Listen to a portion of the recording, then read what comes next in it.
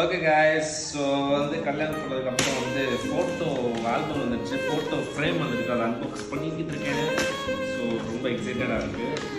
Excitement தாங்கல. எக்ஸைட்மெண்ட்டாக இருக்கேன்.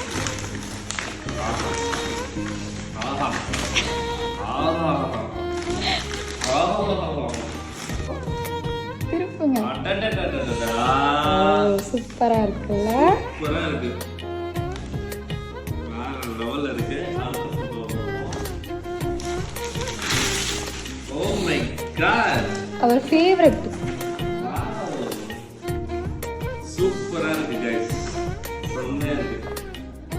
என் ஃபேஸ்ல ஒரு சீரியஸ்னஸ் தெரியுது, நோட் பண்றீங்களா? எப்படி சிக்கியிருக்கேன் பாத்தியாப்பா?